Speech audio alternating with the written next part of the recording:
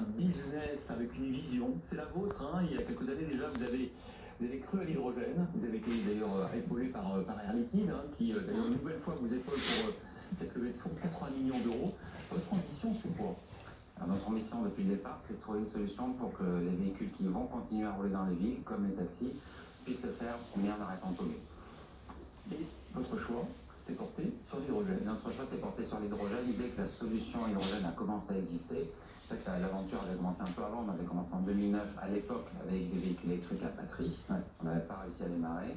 Quand il y a eu les premiers constructeurs qui ont sorti des véhicules électriques à hydrogène en 2014, on a piloté.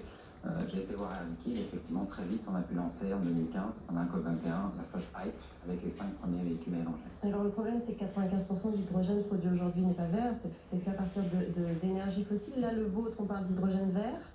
Alors notre hydrogène n'a jamais été gris puisqu'on avait des certificats, donc il était déjà bleu dès le départ. Et là les prochaines stations qu'on va déployer auront la particularité d'avoir un électrolyseur sur site, donc on produira sur site de l'hydrogène et qui sera du coup l'hydrogène vert avec l'énergie, avec un certificat d'origine renouvelable sur l'énergie.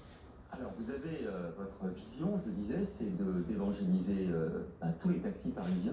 Non seulement là vous rachetez avec ces 80 millions d'euros une société de taxi à Paris qui comporte 500 ou 600 véhicules que vous allez donc transformer en véhicules fonctionnant à hydrogène, mais en plus vous allez fabriquer toute l'infrastructure à Paris, notamment les bornes de recharge, pour que aux Jeux Olympiques en 2024 tous les taxis roulent à hydrogène. C'est pas un peu ambitieux ça quand même, Mathieu Gardy?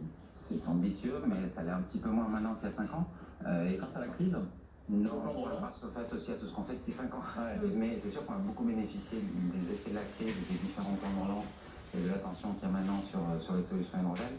Après, effectivement, nous, l'objectif, c'est non seulement d'évangéliser, mais de faciliter la transition des chauffeurs de taxi vers ces solutions zéro émission. Et pour ça, on a commencé par le faire nous-mêmes, créer notre propre compagnie, recruter des chauffeurs salariés au départ pour pas qu'ils supportent les risques liés à ce nouvel écosystème. Ah, vous êtes obligé, dans la société que vous allez racheter, là, vous allez salarier vos chauffeurs? Alors nous, on a aujourd'hui, tous nos chauffeurs sont salariés et pendant encore un certain temps, tous les chauffeurs vont devoir être salariés parce que le temps que l'écosystème soit prêt. Ouais. Dès que l'écosystème sera prêt, on pourra proposer cette solution à tous les chauffeurs, quel que soit leur statut, artisan, locataire, etc. Mais pour ça, il faut qu'on ait effectivement déployé un réseau de stations suffisant, c'est ce qu'on est en train de faire. Il y a 2 nouvelles stations qui vont sortir au premier semestre 2021, qui d'ailleurs sont aussi financées par la levée de fonds que vous évoquez. Porte de Saint-Cloud, Porte de la Chapelle pour Paris. Porte de la Chapelle et effectivement le site Porte de Saint-Cloud, qui est le site sur lequel il y aura cet électrolyseur et qui deviendra probablement la station parisienne emblématique pour l'hydrogène. Combien de temps pour faire le plein? On fait le plein, c'est vraiment ça intéressant à l'hydrogène, on fait le plein en 3 minutes, comme avec un véhicule normal. Donc c'est pour ça que c'est puissant au niveau des taxis, parce qu'on peut leur dire vous allez continuer à travailler exactement comme vous travaillez aujourd'hui avec des véhicules thermiques. Et à terme, là vous parlez de 2 nouvelles stations, à terme vous voulez en créer combien par exemple en 2024?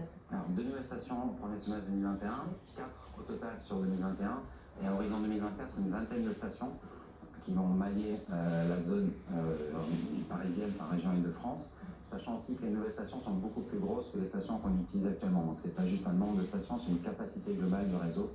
Et ça, à horizon 2024, ça devrait nous permettre d'alimenter 10 000 véhicules qui fonctionneraient dans un usage taxi, et puis de commencer aussi à faire venir les autres usages de mobilité au-delà du taxi, comme les camions, comme les bus, comme les véhicules utilitaires, etc. Un plein, c'est quoi? 500 km d'autonomie à peu près? Un plein, c'est entre 5 et 700 km d'autonomie. À partir du moment où on fait le plein en 3 minutes, on ne se pose plus la question. Bien sûr. Mais alors, dites-moi, cette technologie des voitures à hydrogène, elle est mature, elle est prête? Ça coûte combien d'ailleurs une voiture Alors la voiture qu'on utilise actuellement coûte à peu près 80 000 euros. C'est pas longtemps en train de baisser parce qu'on va arriver en 2021 sur la nouvelle génération Mirai, la Mirai nouvelle génération.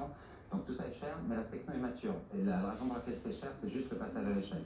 On produit aujourd'hui, on produisait 3000 exemplaires de la Mirai 1, au niveau mondial de la Mirai 2.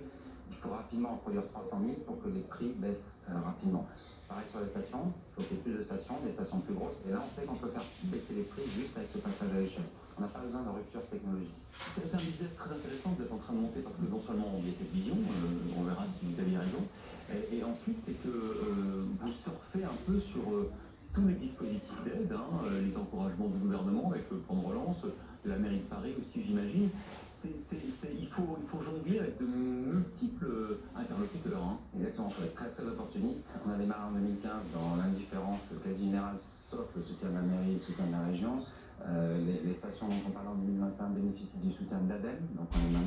national, du soutien de la région également, du soutien de la mairie, du soutien de l'Europe, qui depuis plus longtemps que la France travaille sur ces sujets. Effectivement, on va bénéficier de la lame de fond au niveau international, parce qu'il y a une prise de conscience que l'hydrogène sera une des solutions et un élément de plan de relance pour la suite. Et comment se situe la France par rapport à ses voisins européens sur ce dossier de l'hydrogène? Historiquement en retard. Après, nous, on est leader mondial dans ce qu'on fait, et puis on a plein de leaders mondiaux en France. Notre partenaire historique Air Liquide est leader mondial de tout temps sur ces aspects-là. On a beaucoup d'entreprises technologiques en France, donc on a vraiment de quoi faire émerger une filière qui va être leader en France et en Europe. Alors si on vous invite, c'est parce qu'effectivement ça commence à devenir sérieux, 100 millions d'investis jusqu'à présent, 80 millions de levées de fonds là, que vous nous annoncez aujourd'hui. Votre business model, il est rentable quand?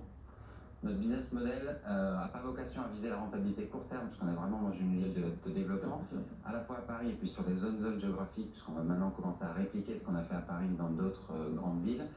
Donc on vise plutôt la conquête de marché que la rentabilité à court terme.